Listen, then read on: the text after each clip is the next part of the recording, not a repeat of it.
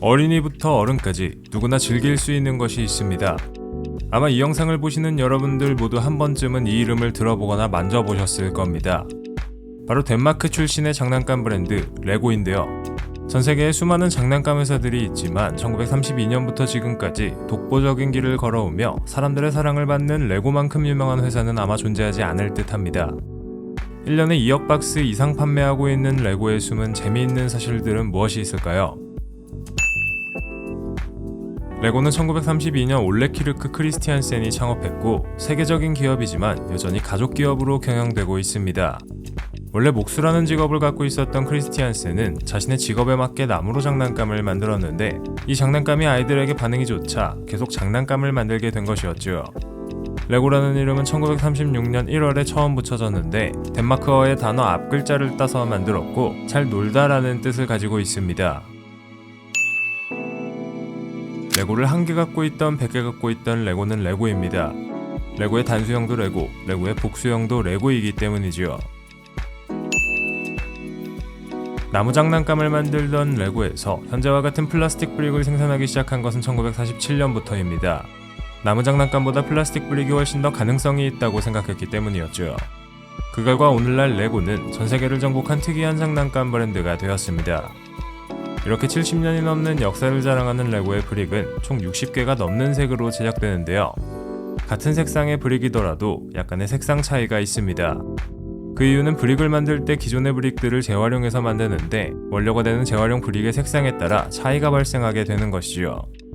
ABS 플라스틱을 약 230도의 뜨거운 열에서 녹여낸 후 모형 틀에 부으면 우리가 아는 레고 브릭이 탄생합니다. 재미있는 건 레고가 이런 플라스틱 브릭을 가장 먼저 만든 게 아니라는 겁니다. 이미 레고보다 앞서 비슷한 브릭이 영국에서 생산되었죠. 키디크래프트라는 이름의 이 브릭 장난감에서 아이디어를 얻어 레고는 플라스틱 브릭을 만들었습니다.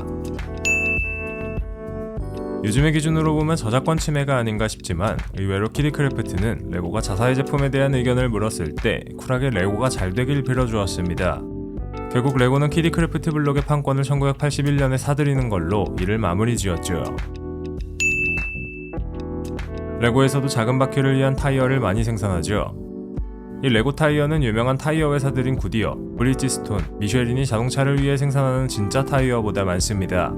레고 측의 공식 발표에 따르면 생산되는 레고 제품의 절반 정도가 바퀴를 가질 정도라고 하죠. 레고에서 사람 모양의 인형을 미니 피규어라고 합니다. 이 미니 피규어는 1978년에 지금과 비슷한 모양이 되었다고 하는데 시간을 계산해보면 2022년 기준으로 44살입니다. 첫 번째로 등장한 미니 피규어가 지금과 같은 모습을 갖기 위해 50개의 프로토타입을 만들었고 3년이라는 개발 시간이 소요되었다고 합니다. 이 미니 피규어는 2006년에만 40억 개가 생산되었습니다.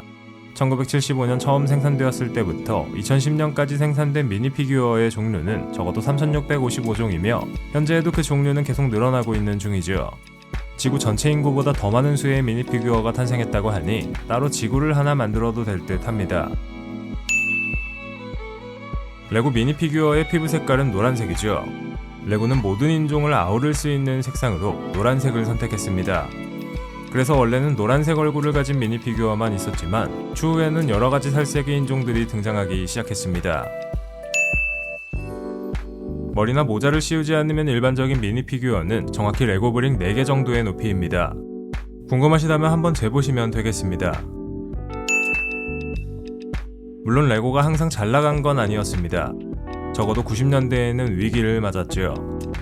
우선 베이비붐 세대가 나이를 먹어가고 출산율이 줄어들면서 레고를 만질 아이들의 수 자체가 줄어들었습니다. 여기에 90년대 들어 기술의 발달로 게임 분야가 성공하면서 레고의 소비자층이 얇아졌죠. 무리한 사업 확장도 이 위기에 한몫했습니다. 레고는 이 위기를 해결할 방책으로 자신들이 가장 잘하는 걸 하기로 결정했습니다. 바로 블록 장난감이었죠. 영화 시리즈, 만화 시리즈와 라이센스를 맺고 관련 제품들을 생산했고 문어발식으로 확장하던 다른 사업들은 축소해 장난감을 만드는 데 집중했습니다. 덕분에 레고는 다시 위기를 회복하고 성공의 길에 접어들 수 있었죠. 2014년 이후부터는 세계 최대 규모의 장난감 회사 마텔을 누르고 전세계 1위 장난감 업체로 등극했습니다. 아마 레고를 구매하시는 분들 중에는 특정 영화나 시리즈가 좋아서 계속 구매하게 되는 분들이 계실 겁니다. 이런 라이센스 제품들은 앞에서도 언급했다시피 레고를 위기로부터 구해준 구세주나 마찬가지죠. 대표적으로 스타워즈와 마블, 오버워치, 배트맨, 쥬라기 월드, 마인크래프트 등 여러 종류가 있는데요. 이 중에서 라이센스를 가장 먼저 시작한 건 1999년에 시작된 스타워즈 시리즈입니다. 스타워즈 팬으로서 뭔가 가슴이 웅장해지는 사실이네요. 2018년부터 레고는 식물 형태의 브릭을 사탕수수에서 추출한 식물성 플라스틱으로 만들겠다고 선언했습니다. 그래서 레고 식물은 진짜 식물이라는 기적의 논리가 성립하는 것이죠. 레고를 좋아하는 분들이라면 레고와 관련된 영화도 있다는 걸 아실 겁니다.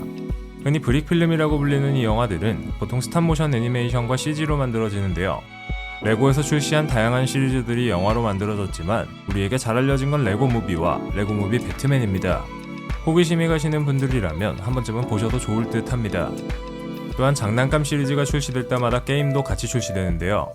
레고는 해리포터와 어벤져스, 배트맨, 스타워즈 같은 영화 프랜차이즈부터 시티 시리즈나 닌자고 같은 자체 시리즈까지 다양한 종류의 게임을 출시합니다. 레고 브릭을 자세히 보시면 어딘가에 번호가 새겨져 있습니다.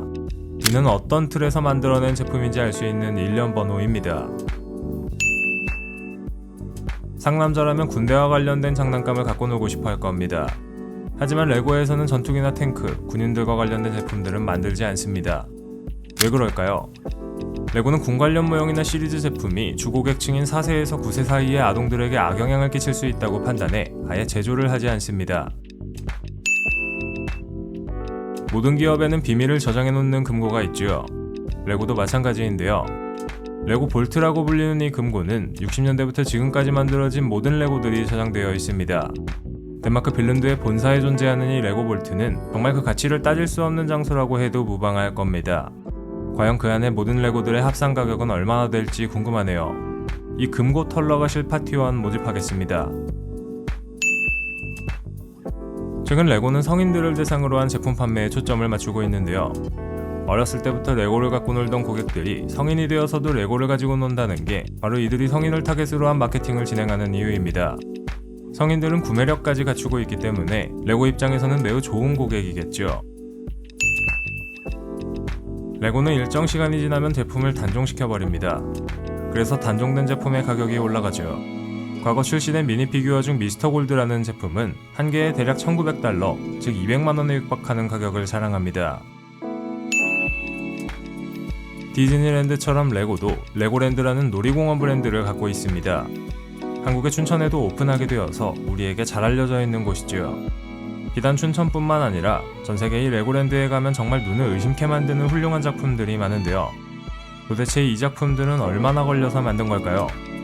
말레이시아에 있는 레고랜드의 미니랜드는 전세계에 있는 유명한 랜드마크들을 레고로 만들었는데 이 작품들을 만드는데 3천만 개의 레고 브릭이 소요되었고 3년이라는 시간이 넘게 걸렸습니다.